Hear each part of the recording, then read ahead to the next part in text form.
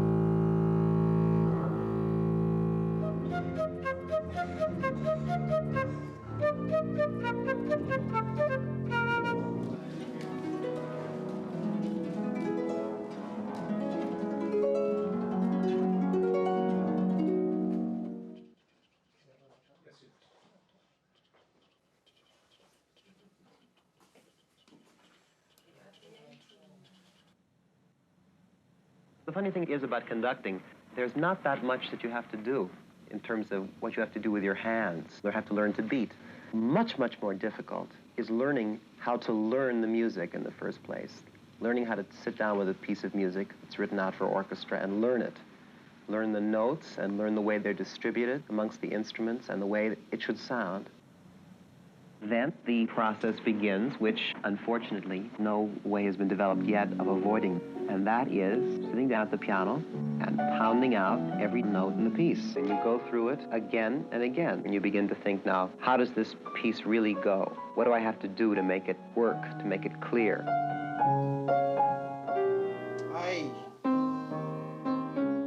I knew that the biggest treasure was the dream that the music contained. To be able to see it and understand it, and then be able to share it, to transmit it, to wrestle it down from the dream world into the real world, but still have it feel like a dream. I think that's the answer now. Okay, fortissimo, but light, right? It has to sound really joyous, like laughter. Stir it up.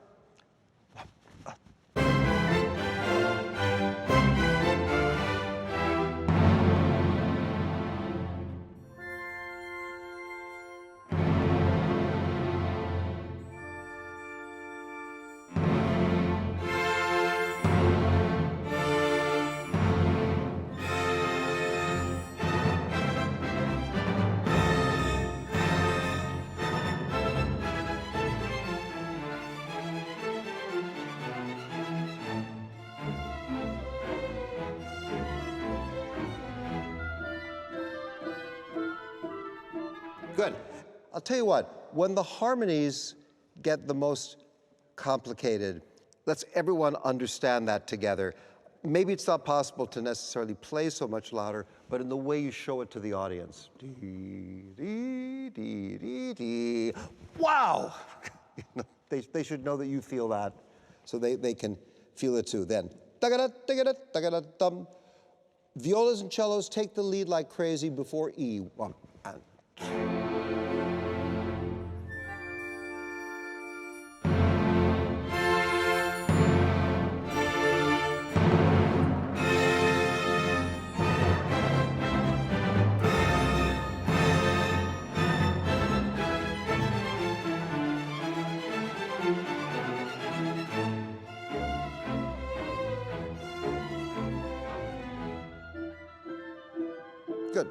Good. That's so charming, that line.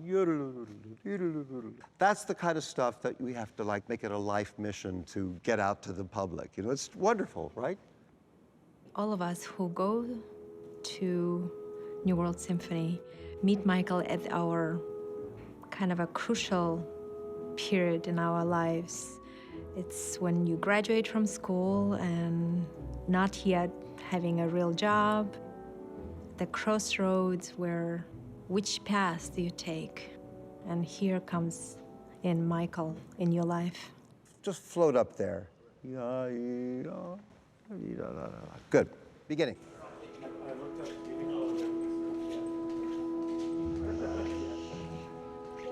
Conferences.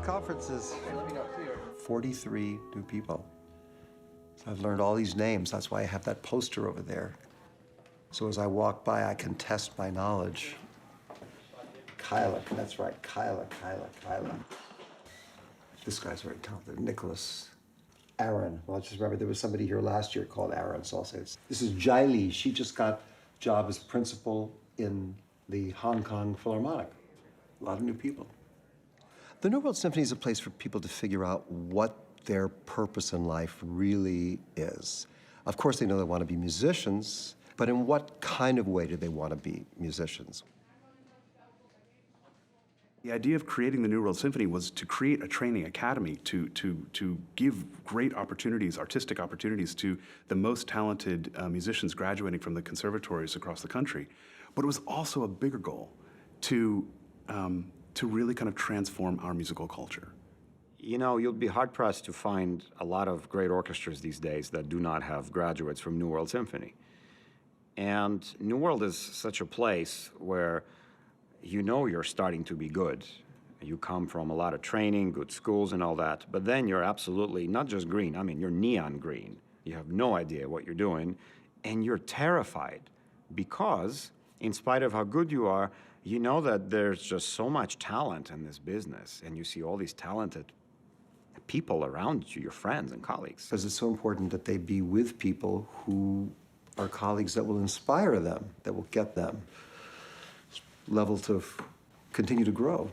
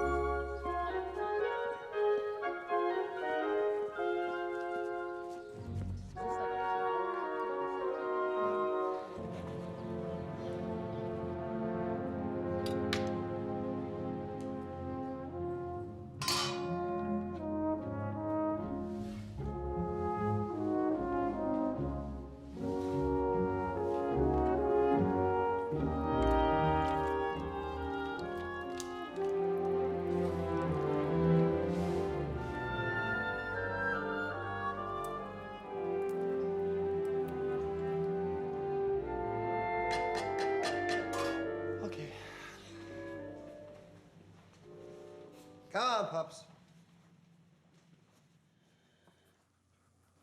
At this time in my life, I'm making a transition from being so constantly on stage as a conductor to being more of a composer. And somehow, a way of doing that seemed to me to go back to these very early pieces and write them out and see what I would learn, and also to reconnect, if I could, with who I was way back then. An only child. This kid in my parents' living room in the darkness with the shimmering bands of light from the Venetian blinds streaming through. But of course, the piano. Improvising. And I relished the time that I had sometimes to be on my own with the piano, because that was the opportunity for me to sort of use improvisation as a way of finding myself. And this piano piece came out of those improvisations.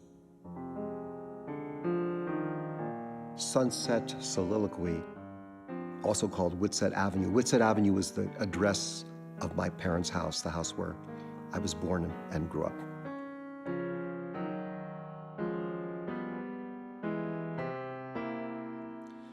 It was in the San Fernando Valley, and initially it was country. There was our house, then there was a persimmon orchard, and there were dirt roads. It was the San Fernando Valley at its most paradise-like period.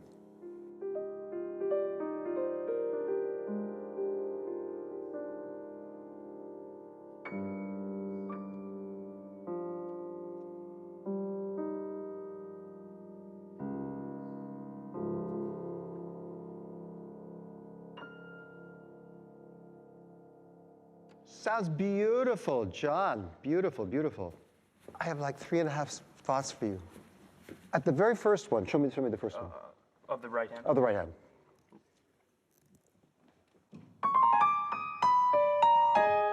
Yeah, it's better to be a tiny bit slower and more.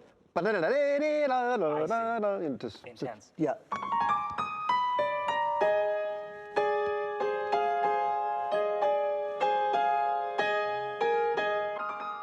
A little bit like that. Yeah, just let you enjoy, it's kind of like it. But, that. It's an adult. Yeah, a little bit stretchy.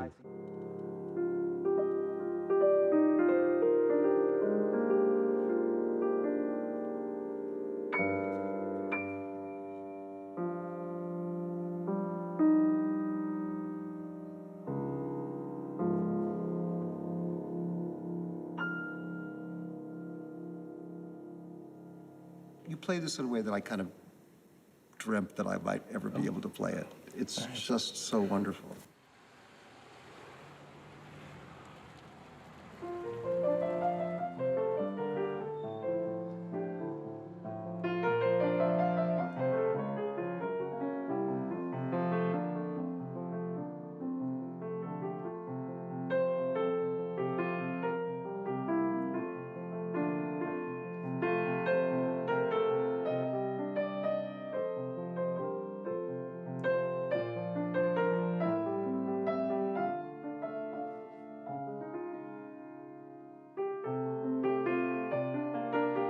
My greatest teacher and inspiration is my father. My father was a visionary person. He was an amazing musician, played by ear, improvised hours a day, the most original, extraordinary music.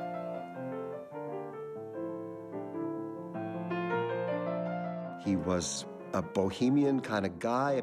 He was wandering around the desert, and he was writing poetry and painting pictures and occasionally finishing a screenplay. My mother was the kind of breadwinner, the teacher, the homemaker. And there they were, very much in love with each other and very much appreciating one another. He had the sense of the wondrousness of things, of music and everything else, even though his life was filled with pain and conflict. But he is the one who really taught me to experience the wonder in the music and to whatever else happened, hold on to it.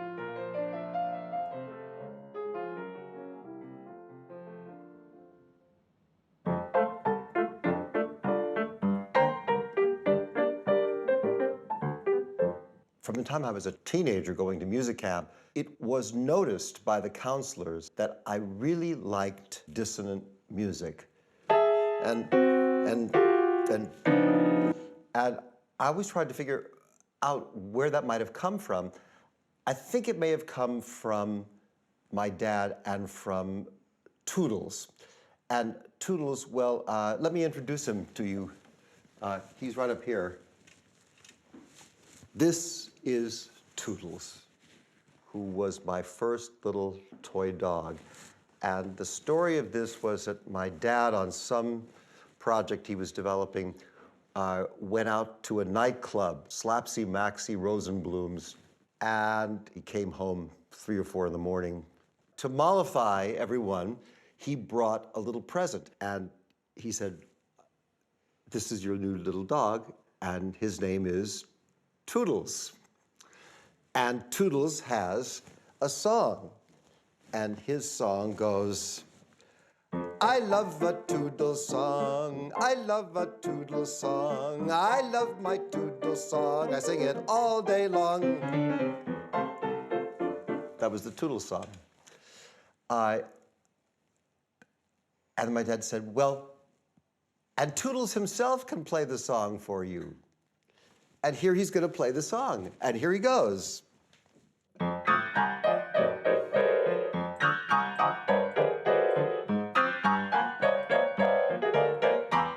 so I'm convinced that from that came my great love of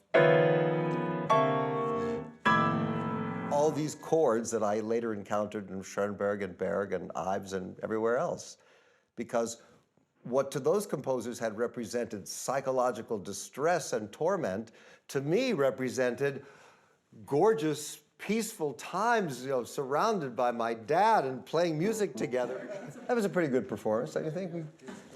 Well, we haven't done this for years, guys. Thank you, Toodles. We haven't done this for years and years. From the time I was 9 or 10 years old, anyway, there were a lot of teachers who wanted to take charge of me and put me on a very disciplined schedule of practice and development along the kind of prodigy route. My parents were absolutely against that. They wanted me to have as, quote, normal, unquote, a childhood as possible. Much better in their minds had I been a scientist. My grandmother's agenda was different. She saw me as the last of the Thomashefskys.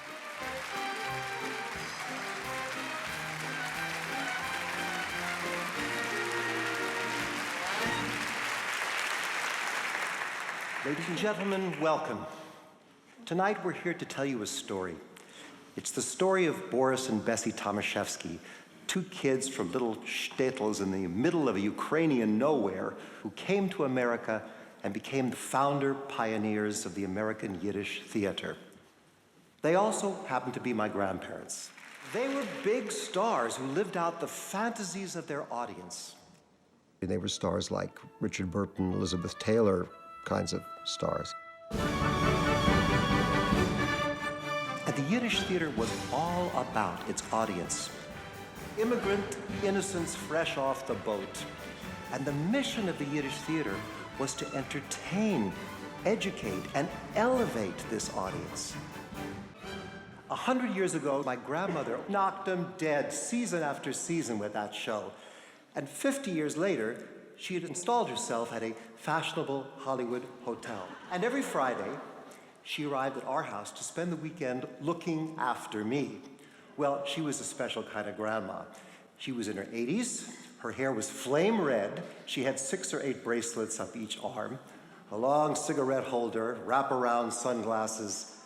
She'd settle herself on the chaise lounge in the backyard and she'd say, "I see you. I see who you are. You know, you're like me. You're going to have to live your life as you have to live it, whatever it costs." That's what I did, your grandma. And do you know what they said about me? Some said I was a femme fatale, a bohemian. But no one ever said I gave anything less than an impassioned performance.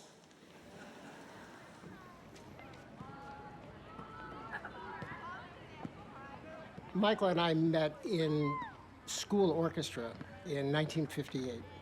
I was 11, he was 12. So this is the same room. Yeah, this is the same room. I played the cello. He played the oboe and the piano. This is where I conducted for the first time. I was getting ready to play the oboe in the rehearsal, and then they announced that our teacher couldn't make it. And they sent this wonderful guy, Coach Caldwell, our football coach, suddenly appeared here and said, I have no idea about this, so we could just have a study hall, or anybody here know how to do this? I said, I can do it. And I walked right up here. And I grabbed the stick and I said, okay, here we go. And we played San Martini Symphony in D major. So I would have been about 13, 14.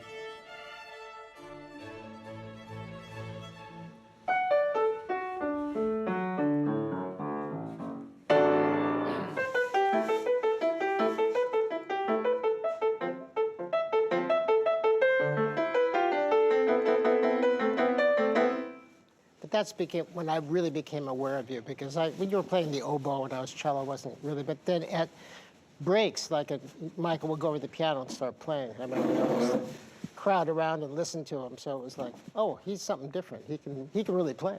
In addition to playing the cello and being involved in music, I was very athletic and outdoors and loved to dance to all the popular music. So, my scene was slightly different than Michael's. I was playing in the band of some of those athletic events, so I did have a secret crush on Josh. He didn't know that. I was admiring him from afar.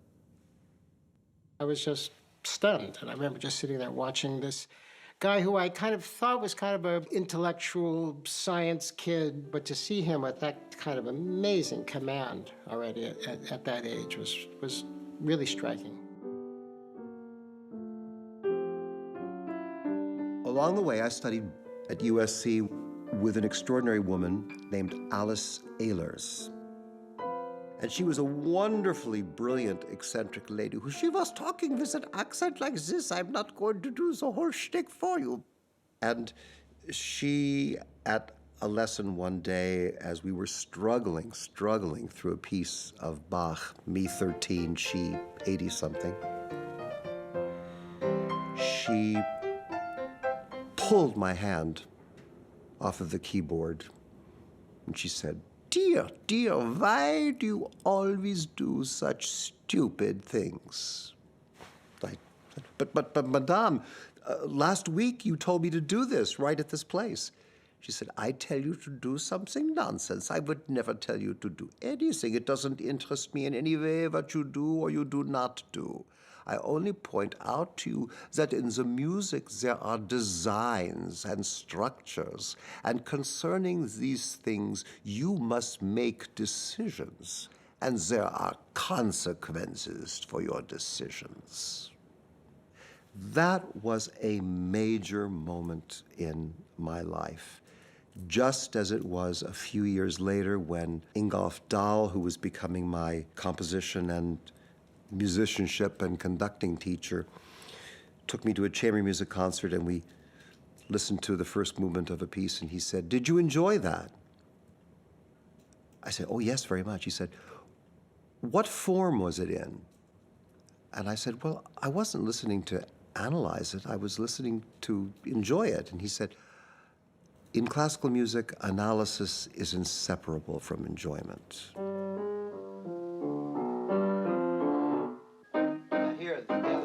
He was a composer, conductor, pianist, musician. He was phenomenal in the way he studied music, the way he sat with me in lessons. And I'm convinced that here he also leans to the downbeat because of harmonic reasons. It becomes a dissonance. And so the dissonance is the most expressive interval, therefore one has to lean on it. And that was another big turning point in my mind, that the great thing about classical music was that, like the human mind. It was emotion and it was intelligence. It was instinct and intelligence. It was all of the feeling, all of the gushing reactions to things, but it was also the larger understanding of the order and the priorities of things, these two gorgeous things that our minds do. And how could the music be understood in that way? And how could a listener come to understand that better through hearing a performance? That became my goal. What effect will the music have on the listener? And then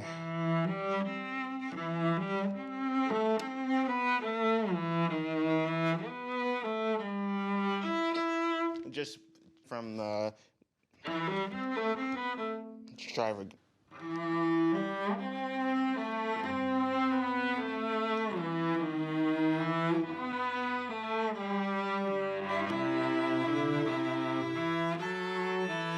At New World, we train young musicians to be great teachers and mentors. This is really good. So do not let the suggestions of my rhythm in the orchestra make you move. I really want you to just be this very solid ship. Do you have suggestions on this? This is, hi. Hi. You're Carlos, right? Yeah. Good. Nice. Is this one of your favorite concertos? Actually, that time when I played with him, with the orchestra, my heart was making a faster rhythm. It's, yeah, this concert is really special because of that. That's great, you know. Well, you know, in the kind of music we play, there are these two sides of what we're thinking about. We're thinking about some things with our mind, with our brain, and some things with our heart. And I can see you like very much to feel these things with your heart, which is great. And this guy is encouraging you like crazy to be in that. I think also your love for the piece can be expressed also in what you think about the piece and what you organize about the piece. Can you sing it for me? I will try. I'm so shy singing. Me too.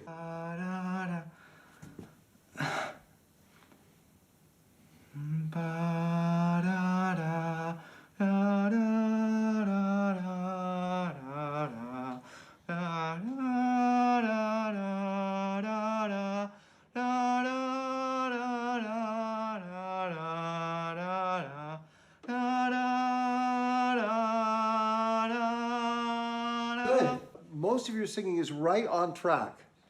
The more confident I think you are about the way you can sing it, actually understand it, the more confident you'll be about knowing where you need to be on your instrument. I have to go, but I'm so happy to hear you. And thank you for having such courage to sing this for me. I really appreciate that. That's the scariest thing you had to do yet. Terrific. Thank you. And just keep in your focus. Los Angeles was a city of emigres in those years. And everybody had come from somewhere else and been a pretty big deal somewhere else, whether that was in St. Petersburg or Vienna or Berlin or Paris. They were always hoping for the really big movie deal. This restaurant was kind of like a magical clubhouse in my eyes from the time I was a very young kid, because when I first came here, I came here with my father, who was working at Universal and MGM. And then later, I would come here when I was driving around LA in my own car, which typical Angelino I was by age 17 or so. There I am driving around town. I'm listening to XCRB radio.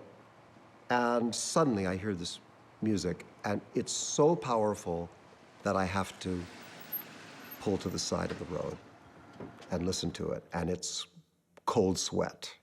James Brown, it's the way he got things together, his concept of time, his understanding of the situation of music. His words, the situation of music.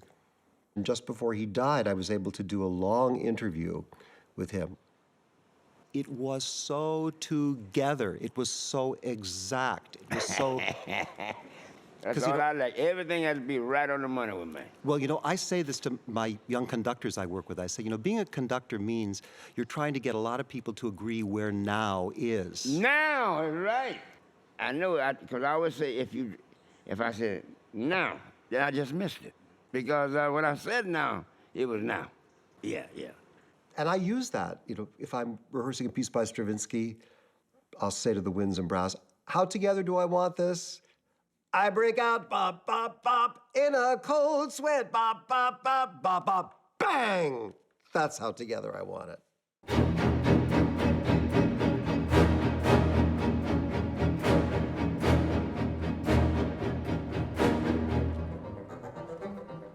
USC in the 60s, they were magical years for both of us in that Joshua Heifetz and Piotr Gorsky and Ingolf Dahl and John Crown and all these people were teaching there. My major at USC was initially piano. It then shifted to include conducting and into dealing with music that was then called avant-garde music.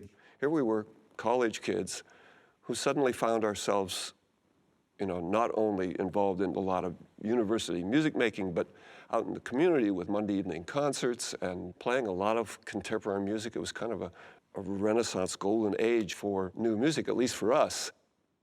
Monday Evening Concerts was perhaps the most adventurous concert series in the United States. It was a reflection of the omnivorous curiosity of both Stravinsky and Schoenberg. It presented medieval music, Renaissance music, contemporary music of every possible description, so-called avant-garde music.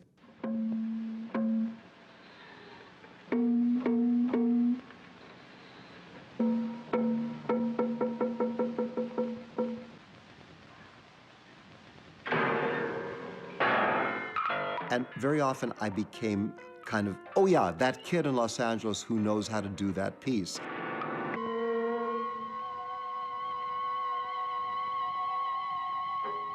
So it was quite an amazing environment in which to grow up. Meeting Aaron Copland and playing for Stravinsky and getting a real sense from his own singing how he wanted his music to be played.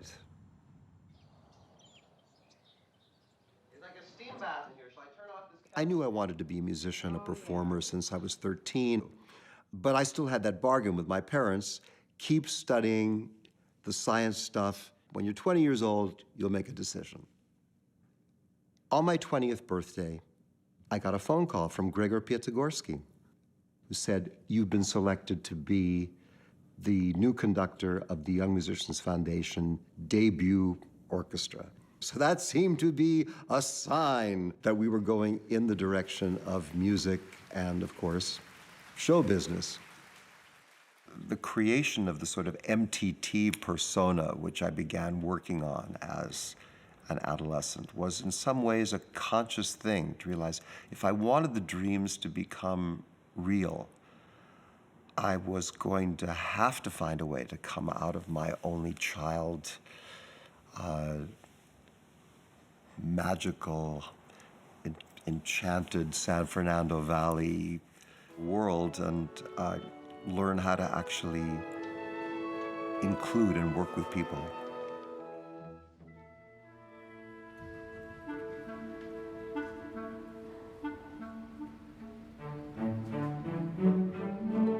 Suddenly I was mostly a conductor. And of course, where do young conductors go? Tanglewood. The summer I came to Tanglewood, the presence that one still felt on the grounds of Tanglewood was Serge Koussevitzky.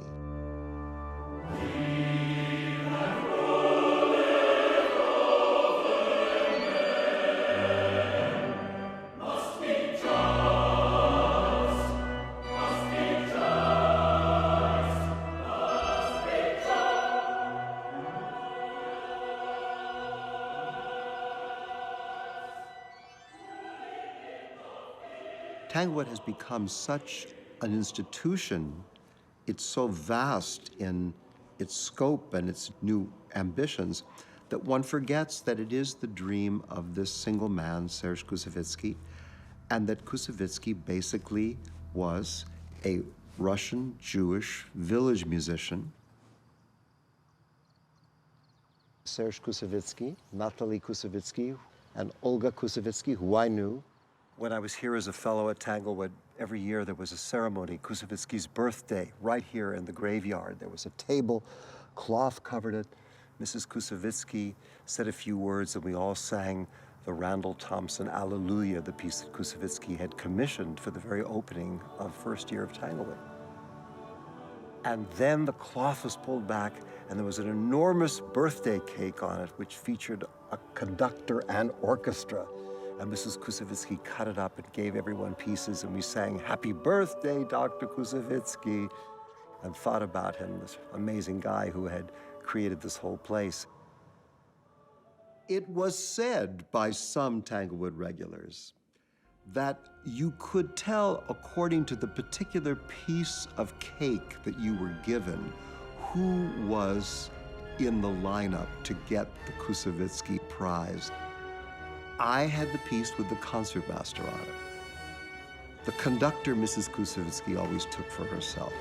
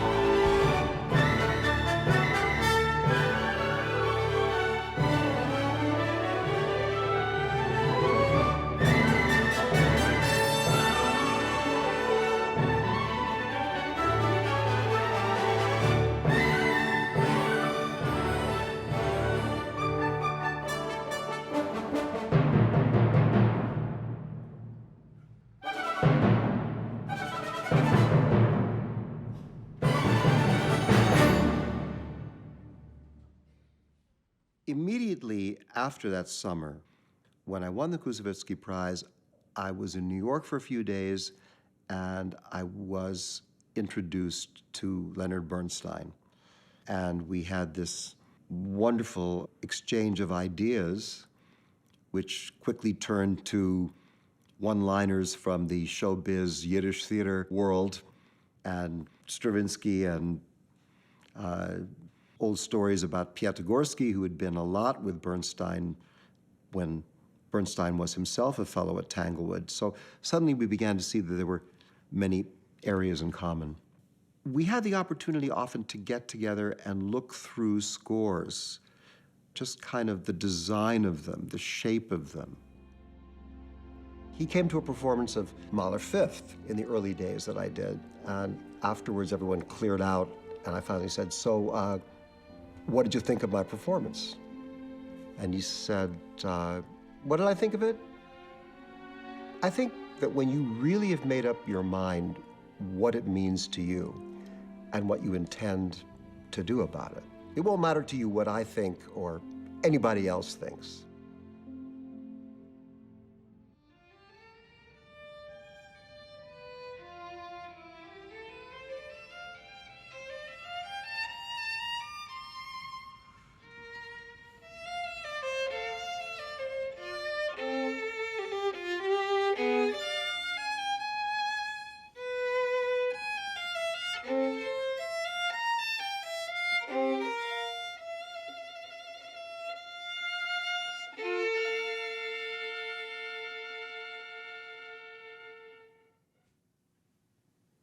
Good. It's really pretty, beautifully played. Take ownership of it. It's your story now. It was Bach's story. How many hundred years ago was that? No? 300 or whatever it was. Here are some ideas. So this section, this is about, there are a lot of little notes littering the landscape, which are chromatically altered.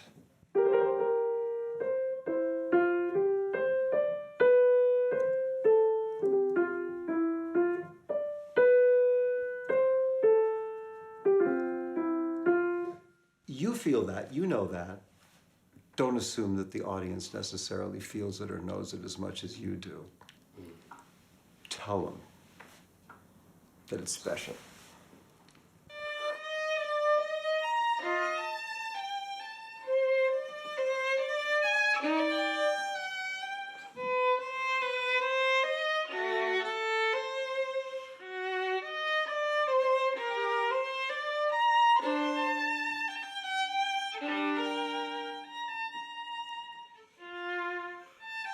Great, Brandon, try this one thing for me once, would you? Try this.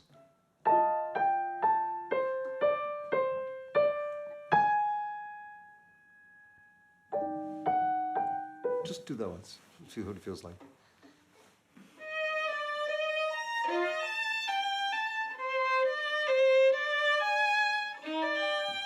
Yeah, just to hold on to it and let your spirit investigate what that space really feels like. Okay, where exactly is that and where is it going? Just feel that space, someplace in here. Okay. Or maybe a mixture of here and here.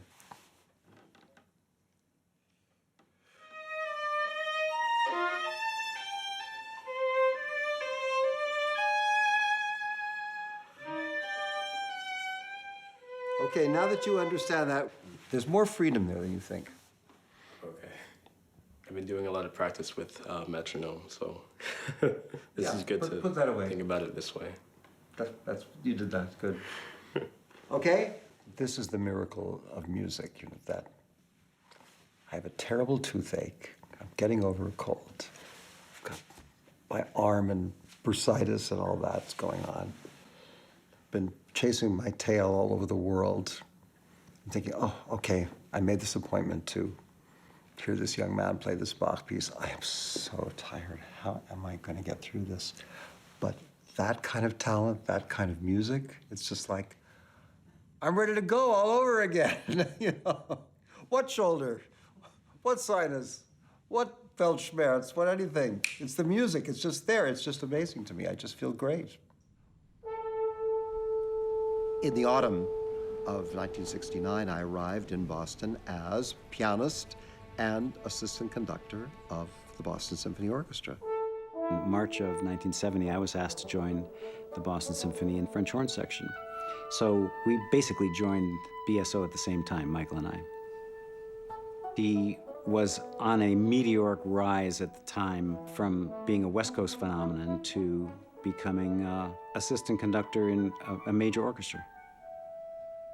And I was working with Steinberg, accompanying all of his rehearsals with soloists, and would play something for him in his room. And he would say, yes, sir, very lovely, very charming. Now, next we will see one another on the field. And let us hope it will be the playing field and not the battlefield.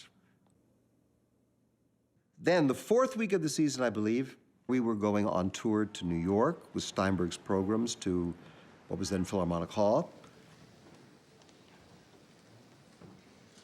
I was hanging out backstage. Steinberg walked off the stage and said, you, young man, put on your suit, you're going to conduct. I was frozen. He said, didn't you hear me? Put your suit on, you're conducting. He went on, took a bow, came back, and went off to a hospital. And I went on and conducted the second half of the program.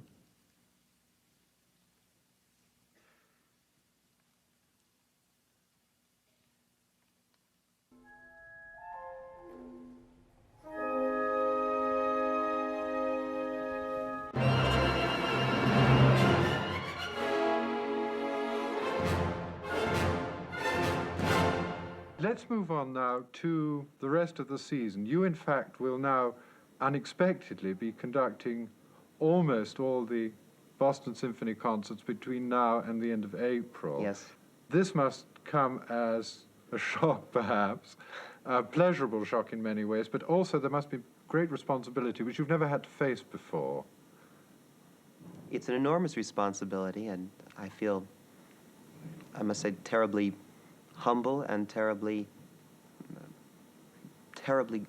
grateful at the same time. I mean, sort of in awe of the responsibility I've been given, and terribly pleased about the confidence that Mr. Steinberg and the management, the orchestra, have had in me. One thing that's a comfort is I stay up late nights worrying about some other problem in some piece that's happening next week, while meanwhile worrying about how tonight's performance or next night's performance will go.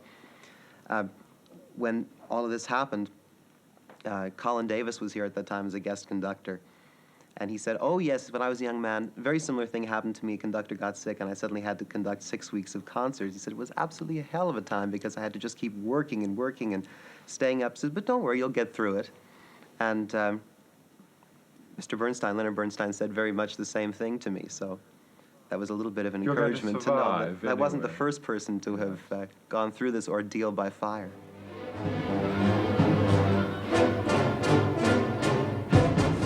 I did some 40 more concerts that first season in a big variety of repertoire, nearly all of which I had never conducted before.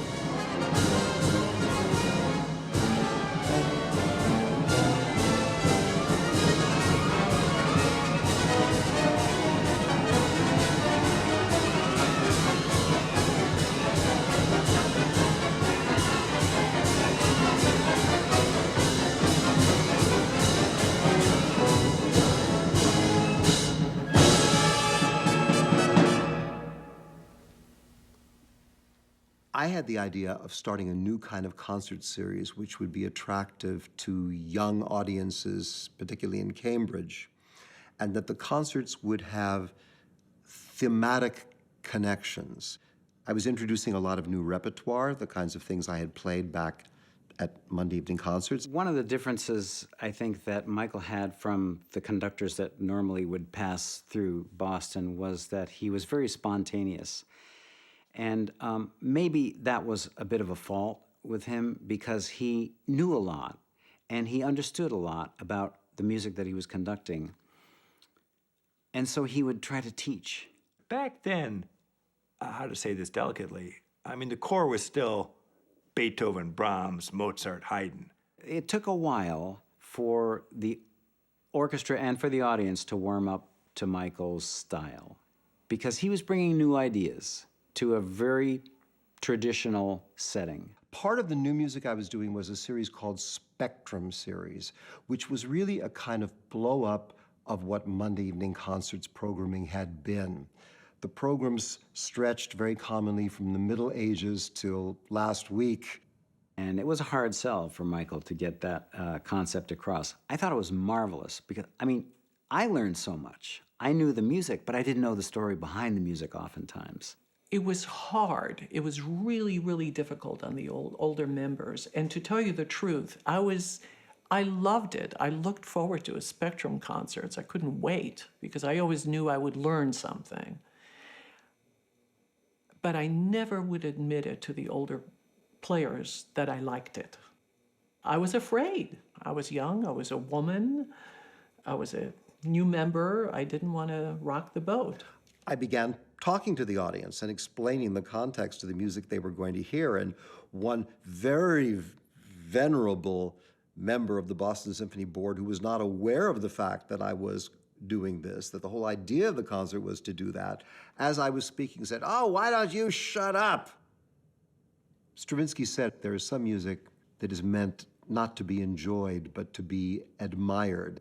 And perhaps some of this music was in that area. Then, by accident at a party, I heard a piece of Steve Reich's, which was filled with melody and harmony. In 1970, the phone rang, and there was Michael Tilson Thomas. And he said, "I'm calling you, I'm at the BSO, and we'd like to do a piece of yours. What do you suggest?" I said, well, I've got a piece called Four Organs. There was an immediate meeting of the minds and the sensibilities. That's a very odd piece, and he got it right away. And I'd say the audience reaction was a sort of polite boos, polite bravos, and polite, because we were in Boston. The reaction in Carnegie Hall was entirely different.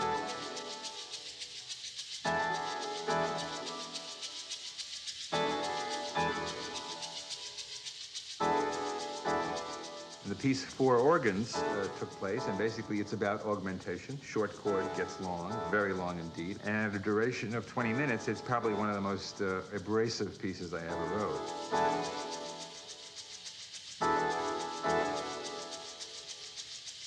And we did this in a program of the Boston Symphony Orchestra. And we got about, I'd say, a third of the way into the piece when protests began to erupt. The audience became wilder and wilder. The ushers were moving about, not knowing whether they should call the police because certain people were getting a bit violent. And little by little, the noise became so great that even on stage with these amplified instruments, we could not hear one another. And we were trying to get through the cycle, the complicated rhythmic cycle of this piece. The only way we could do it was that we were looking at one another, and I was going, Steve, together you were going like, 1, 2, 3, 4, 5, 6, 7, 8, 9, 1, 2, 3, 4, 5, 6, 7, 8. You're mouthing numbers. So by the time the piece ended, there were a few bravos, and there's overwhelming boos, and people say there was a woman banging on the stage with her umbrella or her hand, and saying, I'll confess, I confess. And I turned white as a sheet, because I want people to love what I do. Michael looked at me and said, this is history. I said, Steve, this is it. This is fantastic. Do you realize what you've done? You've gotten under their skin. When Steinberg left, I was pretty sure that Michael wouldn't be offered that position. William Steinberg was a very, very traditional, old-school European conductor. And then you have this incredible burst of energy and a tad bit of brashness. And Michael Tilson Thomas, I won't say it's the antithesis of William Steinberg, but it's so different. I don't know if there was pushback per se, but certainly early on there had to be skepticism. And I've been told that. I mean, that, you know, how can someone so young, I mean, what are you going to tell us about Beethoven that we haven't heard almost from the source? He was too young to be a music director of the Boston Symphony. So I was pretty sure that he would not be offered that, and so was he. You can imagine doing 40 subscription concerts with the Boston Symphony, mostly with repertoire that you're doing for the first time, and then developing all these new series and new directions of things. This was all happening under enormous scrutiny. So all of that was involved in the possibility that came up of my becoming the conductor, the music director of the Buffalo Philharmonic. So I gratefully accepted the position of music director there, where I did indeed do many, many pieces for the very first time. Beethoven and Berlioz and Brahms. And I was having the chance to really think about it and to really try out different solutions, because the attitude of the orchestra wasn't so much as it was in some of the orchestras, this is the way we do this. It was like, okay, well, you know, how are we going to do it? There are a lot of different ways it could go. Let's explore that.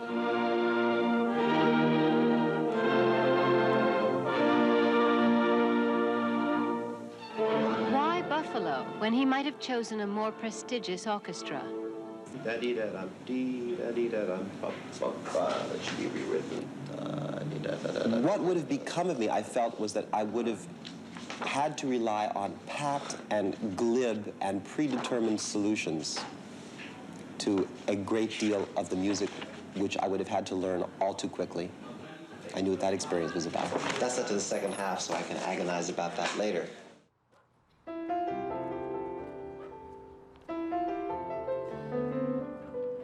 This is a period of my life when I still had no personal relationships. I still had not come out.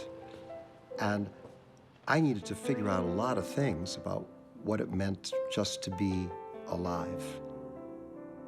And having a lot of time just to dream again. There were a number of pianos in that house on different floors. I spent hours and hours and hours exploring music. This was like returning to my father's world. It was something in the genetic code of the Thomashefskys to spend hours improvising and exploring through the notes what was really spiritual territory. I began to write songs which were for somebody's birthday or about some inner heartache that I myself had but didn't speak about. One day I was sitting in my West Side apartment in October 1971. And there was Michael on the cover of the New York Times Magazine. So I said, oh, so that's what happened to Michael. Didn't know about his sudden rise to stardom. A couple of years later, my sister Paula, who is a flutist and one of the founding members of the Chamber Music Society of Lincoln Center, called me up and she said, hey, I'm doing a concert with your old friend. You should come. He's really good. So I went. And then I saw Michael on stage and saw him backstage, and he wasn't that kind of brainy kid with a sinus problem I remember from junior high school, but he was a star. And I walked in and I just saw him and I knew something. When Josh and I met up again in New York in our later 20s, and I said, well, let's have dinner some night. So we went out to have sushi or something, but before that, I said, let's stop by Philharmonic Hall. And there was a rehearsal room that was empty. I said, well, let me play you some of my music. First of all, I was really impressed because we walked in and all the people at the stage door knew Michael, and they said, oh, Michael, come in, you need a piano, here you go. So that was all, very starstruck and fun for me. And then we went into this room and Michael just started playing his music. And I was just staggered to hear it, and just the freshness and the virtuosity of it. I think at one point he climbed up on the piano, so he was kind of sitting up here, kind of looking at me, and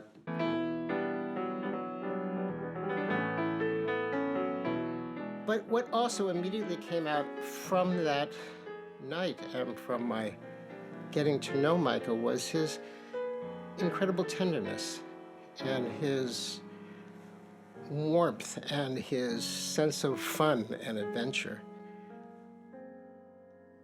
And then he called me, June 1976, and I got a call from Berlin. It was Michael, which was that time very exotic to get a call like that. And he said, I'm going to be back in town. Whatever you're doing next weekend, cancel it, because I'd like to see you. And that turned out to be an iconic weekend as far as our beginning to reimagine the shape of our lives.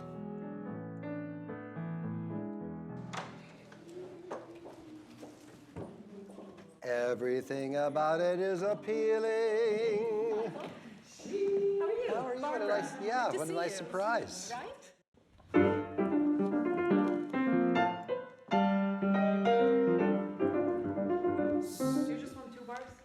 No, D1. Okay, so where do we want to go from? I was going to do the infamous fermata bar. Happened before, happened before, happened before, happened before, happened before. Like it's a stuck record. Happened before, happened before, happened before, happened before. And the more manic you can be, happened before, happened before, happened before, happened before. So it's nothing at all. And then. Good. And there, you can take your time coming in. At all, but I'll just stay there. Nothing. Because that's your final lesson. It's yeah. The greatest city. And that's very nostalgic, resolved. It's over. I think it's kind of bitterly resolved, don't you think? Mm-hmm. Nothing at all about the greatest city. We learned nothing. This is basically civilization's last stand. 1, Since 1976, the text of this poem has haunted me, and I began to imagine how it might be set for a soprano singing sometimes like a pop singer and sometimes like a dramatic soprano. And paid singers tossing, and paid women to warble. For happened before, happened before, happened before. How she could be backed up by two session kinds of singers, and how the accompaniment could be provided sometimes by a chamber orchestra and sometimes by a bar band. Good, very good.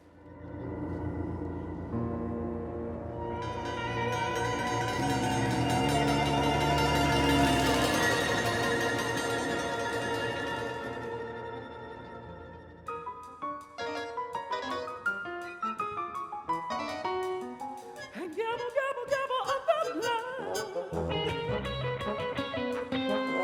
And gabble, gabble, gabble of the breeze. Of the grandfathers and the great-grandfathers.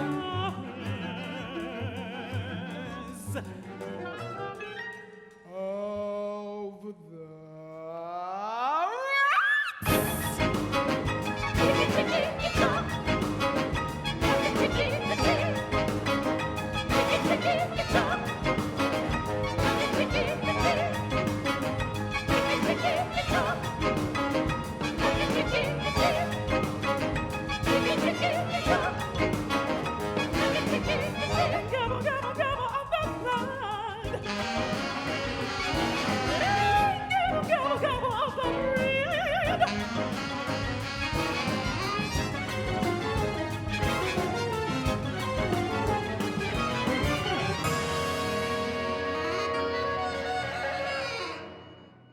So after 8 years in Buffalo, I realized it was time to move on.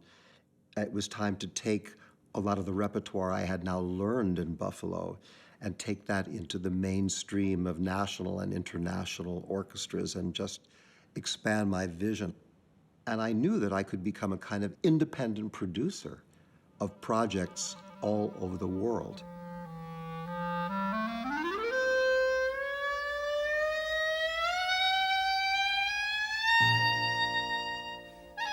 The situation for Josh and me was a special one. We had recently gotten together. We moved to a loft on 10th Street in New York. We were not only living together for the first time, we were working together. We had become a production team.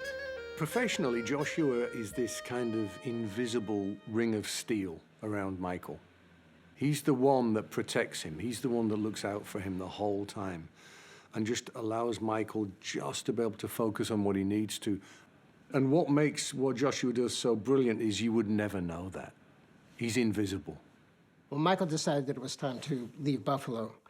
It was a bit of a daring move for him at the moment because he didn't have an immediate appointment. What we did have at that point was a very good recording contract. And at that point, recording contracts were an important vehicle because we were making 3 or 4 recordings a year with CBS Masterworks. So at that point, we could say, okay, we want to make certain records with the Philharmonic Orchestra in London or with the LSO or with orchestras in Berlin or Los Angeles. So it was a ticket to work in these various places.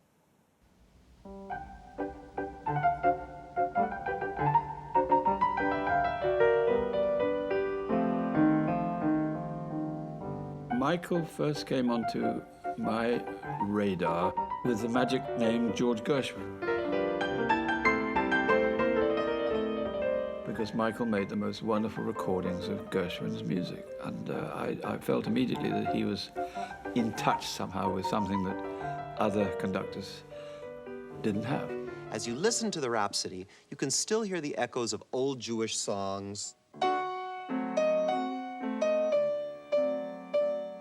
I, as a television producer working in the BBC, was looking for that kind of talent.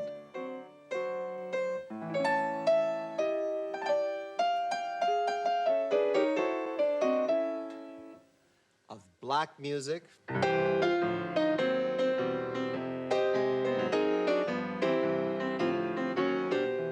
Of Debussy.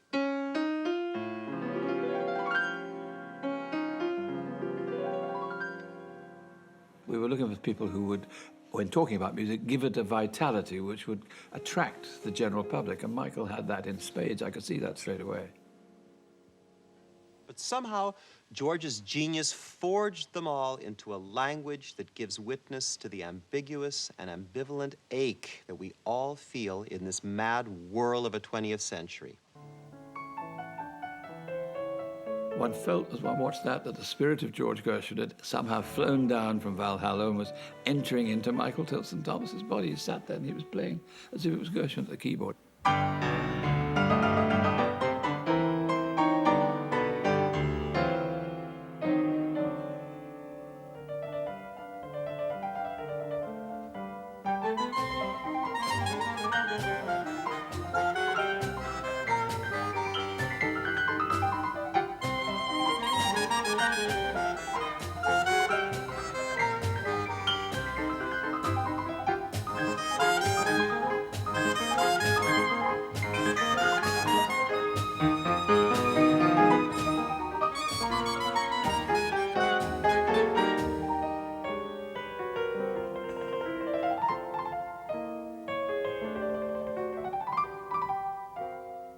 Those years were an adventure in many ways.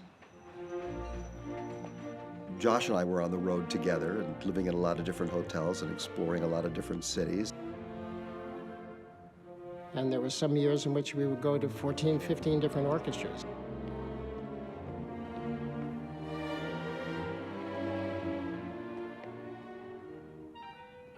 But he was always hungry for his own orchestra, too, and we kept out looking what was going on.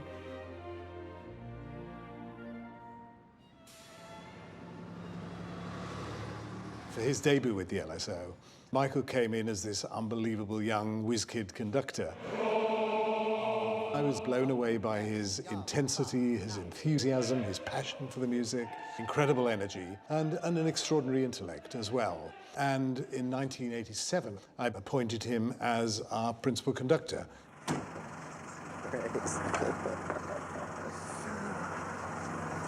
Unbelievable.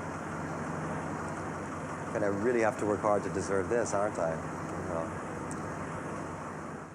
Michael arrived with amazing new ideas of how to satisfy a London audience, which is often quite fickle, actually. So in this barking dog thing, try all down bows, do all downs. So you need really interesting, adventurous programming, and that's what Michael brought immediately to the LSO. Good, good, that'll cut in terrifically well. The ratchet, can I hear that ratchet, by the way?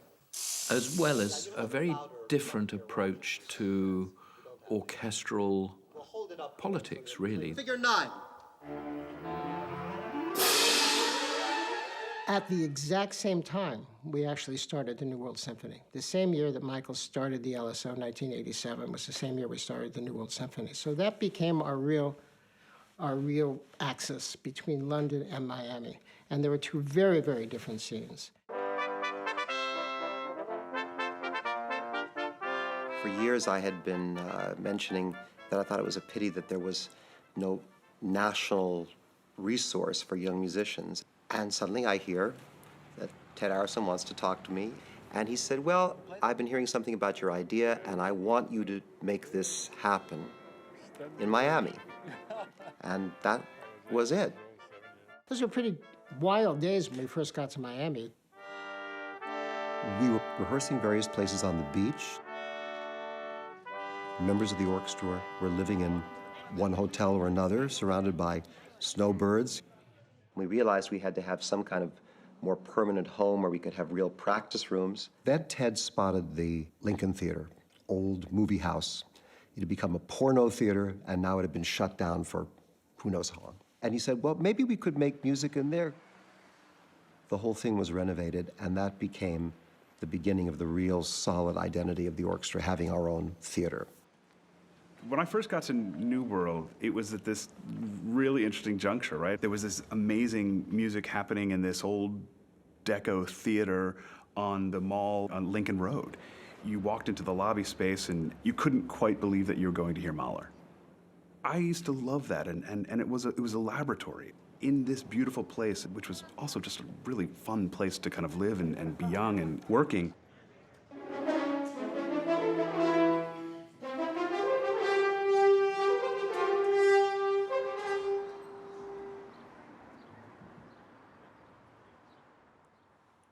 When I was 8 years old, Frank Gehry was my babysitter.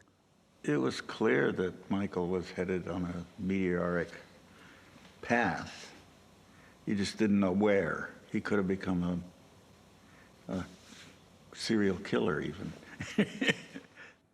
Well, part of the experience of doing this building with Frank did feel like going back to being 8 years old again in a certain way, because he lives in such an imaginative space. I kind of felt like both of us were 8 years old some of the time.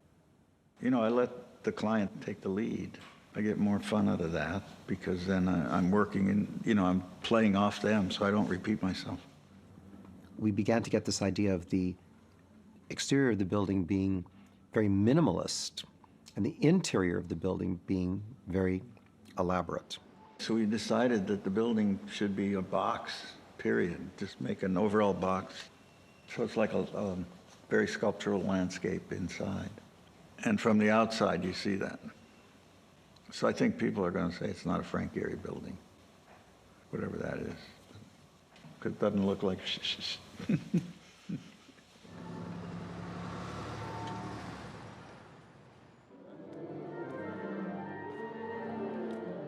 I first met Michael in 1987.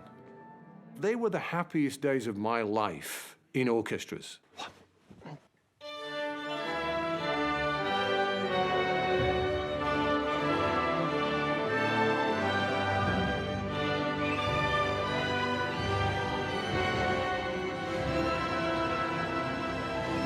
There were a lot of young players in the orchestra, and he played a bit like a rock band. You know, we had fun. We had so much fun.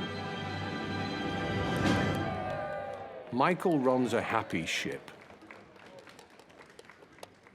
This piece, this Bartók piece, the piece was commissioned by Kusevitsky. What Kusevitsky wanted from Bartók was a very entertaining piece to show off the talents of the Boston Symphony Orchestra.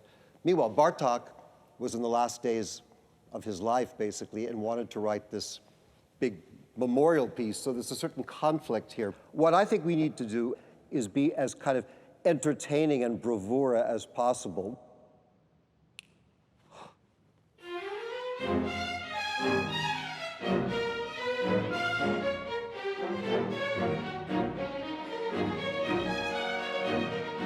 Michael was 50 years ahead of his time, you know, in that he really had this insight into the meaning of phrases that he could pass on. Good, okay, great. Let's just start here at 95. Let this be more singing, and as I said, more kind of exuberant across the phrases. Connect it up, one impulse, one, out. New phrase. He had that ability to stretch time. He could stop and analyze it in his mind and know what he wanted, know the sound he was looking for. That's it.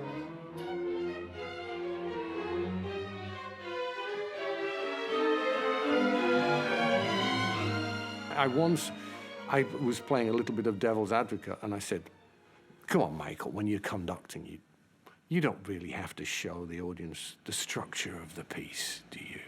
And he said, no, you don't. You have to show them the emotion of the structure. Still dancing.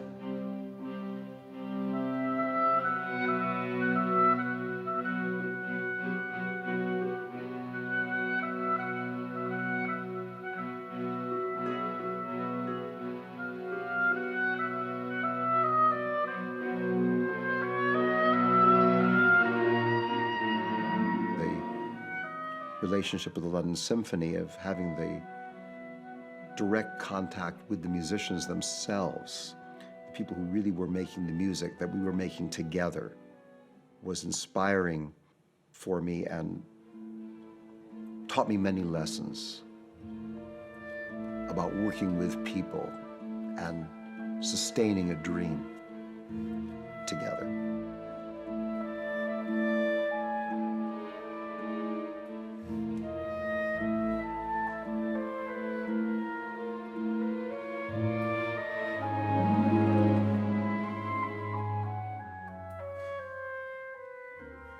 I thought that Michael galvanized the orchestra. He gave it a signature, gave it a style. He did it through his conducting. He was the most brilliant conductor. You know, his gestures, his hands, his eyes, everything about Michael was alert. Quicksilver is the word I use most often.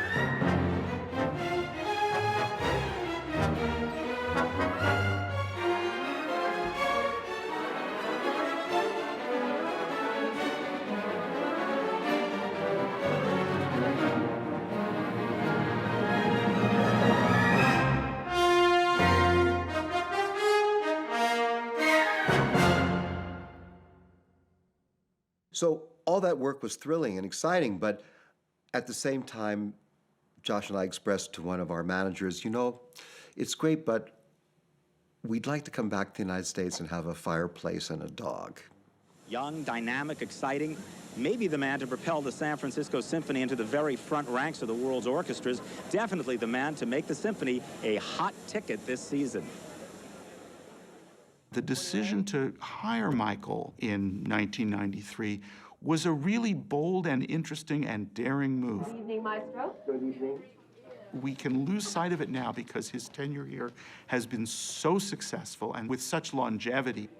But that was not at all clear when he was first announced. He was a well-known conductor, but hadn't really proven himself in a major American orchestra. He had the London history, and that was understood to be a success, and he'd had the Buffalo thing, but he still had a reputation as being kind of brash and ungovernable and a little bit unpredictable.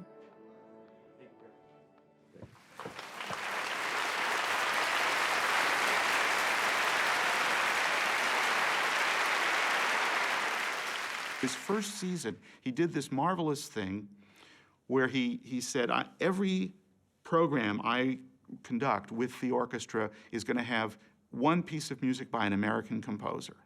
And at the end of his 5th year, he did this festival called American Mavericks.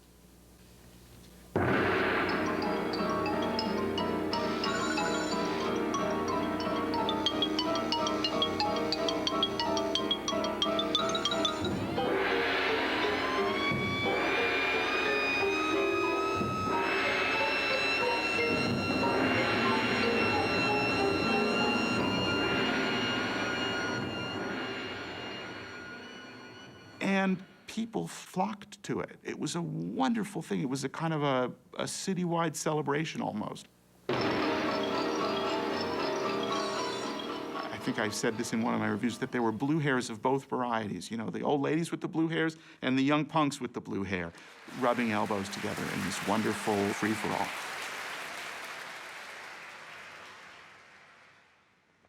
Mahler's been essential to my relationship to music and my relationship with the San Francisco Symphony. Oh, yeah. Here's the very first one. The orchestra has become a great ensemble because of the work we've done together, and a lot of that work has been on these Mahler symphonies. A lot of my ambitions for the San Francisco Symphony were part of this larger ideal I have that orchestral performance should be much like solo performance or chamber performance, that all the imagination of sound and phrasing and nuance that I had heard in the Heifetz-Piatigorsky master classes, this is just what we should be doing in an orchestra, that simply because it involves 90, 100 people, we shouldn't be checking all of our solo or chamber music ideals at the door. Upbeat to 2. All the strings, please.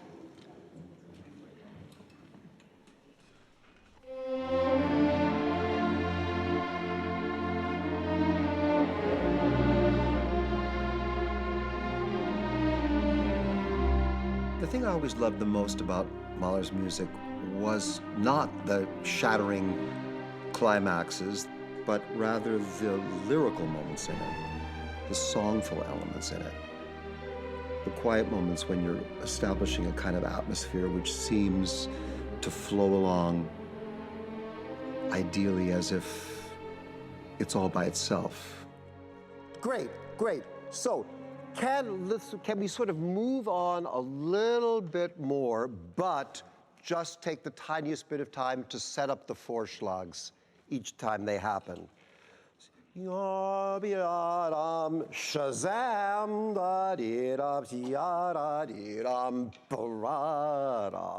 generally a little more forward motion, but setting up the Vorschlags. Okay, last time, figure 2. Never less than forte in the melody. 3.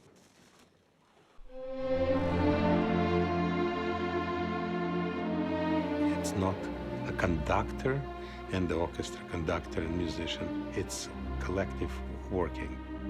And he gives us freedom to express ourselves.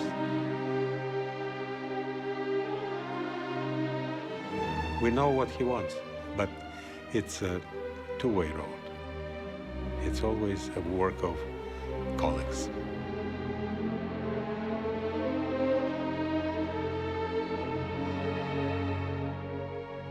Very gentle sforzandi. At the end of today's rehearsal, when we played it was our dress rehearsal of Mahler 5. We were about to leave the stage, and we're about to re-enter the real world. And he just said, "Excuse me, just one more thing to say." And then he said, "I would ask you to play tonight's concert and preserve in it the delicacy, the tenderness, the sweetness, and the beautiful qualities of life that Mahler so very much intended in his music." Most of these qualities, a lot of us don't get to experience in today's world anymore.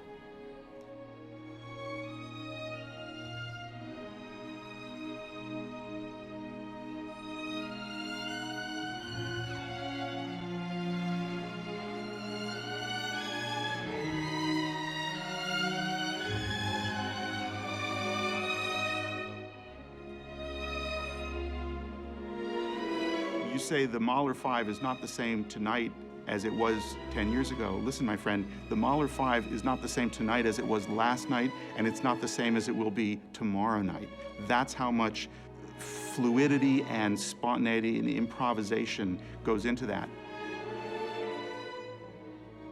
And one of the things that's happened very noticeably over the last 20 some odd years that Michael's been here is that he has brought in musicians and retained musicians who share that kind of commitment with him.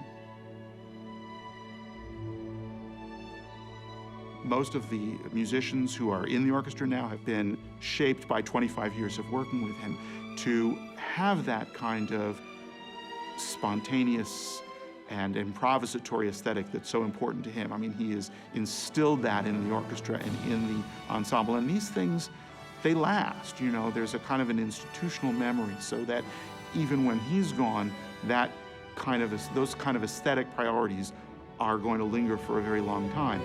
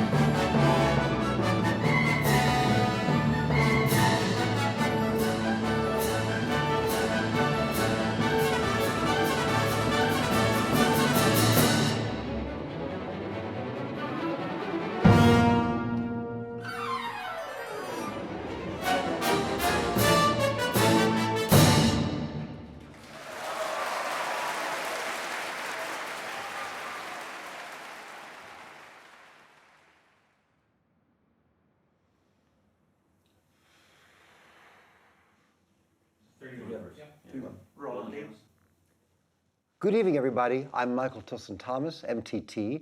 I'm so happy to be welcoming you tonight to this Waltcast concert, which is the start of the New World Symphony's 31st season.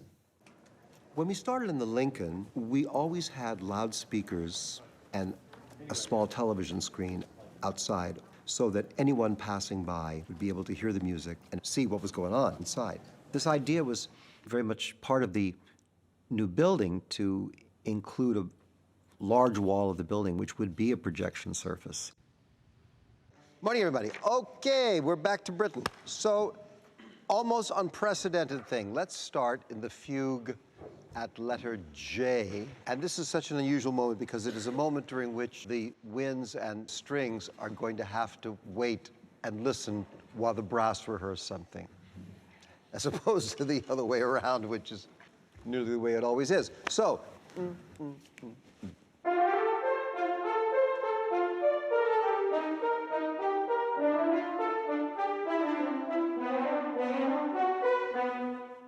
that's nice, that's nice. So the more that charm detail is there, you know, the better. Let's take the trumpets now, your entrance, please.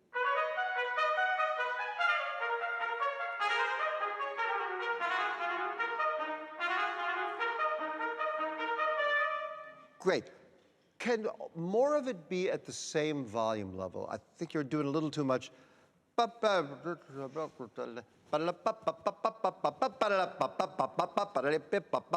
it's all the kind of fanfare chord thing, all the same, but pretty.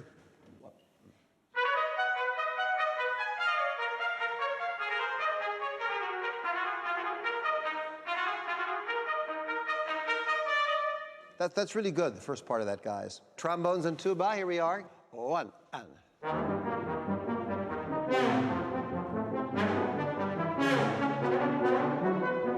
Very nice, very nice. All right, the whole brass section. One.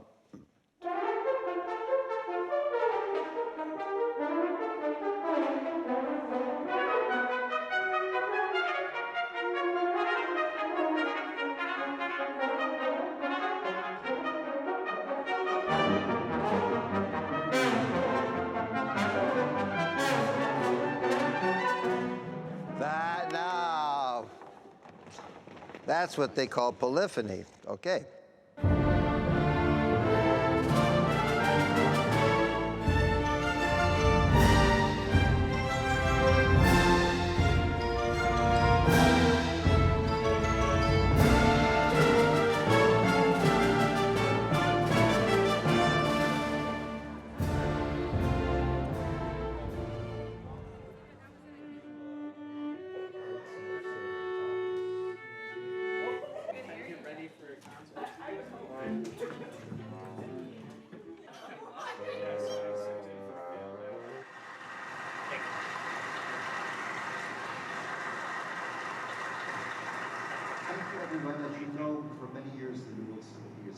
Being here with the New World Symphony in Florida over this last 30 years now has been perhaps the most important thing I've done in my life.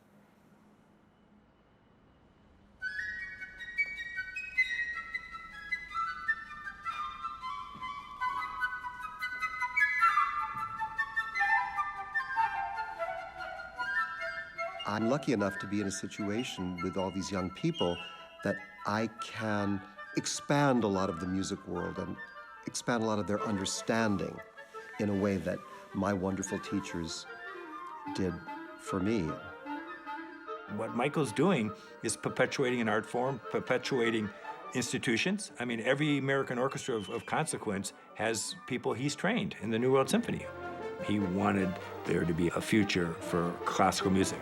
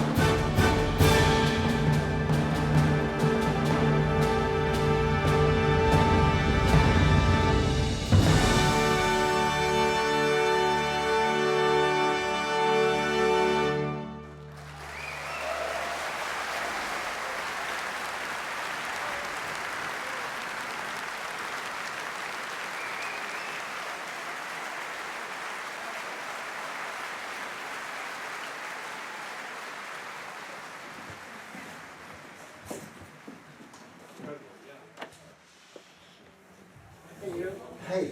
That was great.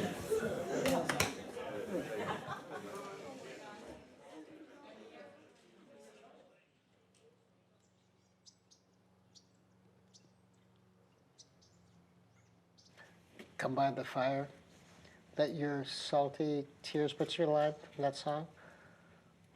Did that whole thing. Don't go thinking that your life was a one-way door. Good things are still in store. But what? Tell from the beginning. How does it go? Come by the fire. Oh, well, it's never you mind if your sunny morning starts turning gray. It's much too early to be singing a sorry tune. A hazy afternoon can make a wonderful day. Come by the fire. Let my loving take the sting from your tears, and don't be thinking that your life was a one-way door. Good things are still in store, no matter what you may fear. Let my loving take the sting from your tears. And don't go thinking that your life was a one-way door. Good things are still in store, no matter what you may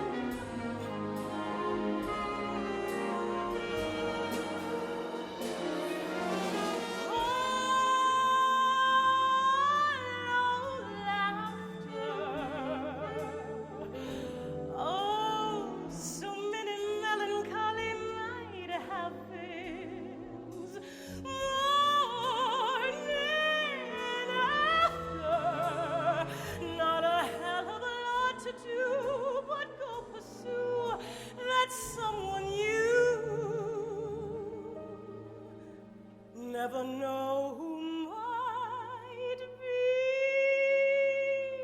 true as an old flame who makes sure to check on you now and then. There's nothing sweeter than the voice of a veteran friend, someone to call on when you're getting sentimental again.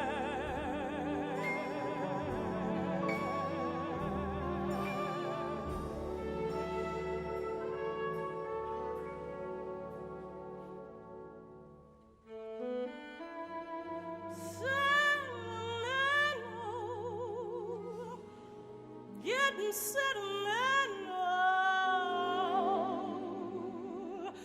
I'm getting sentimental again. Sentimental again. Getting sentimental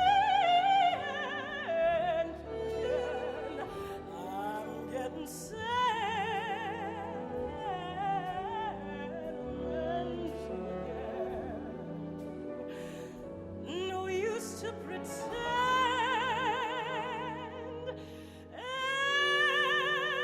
Every now and then I get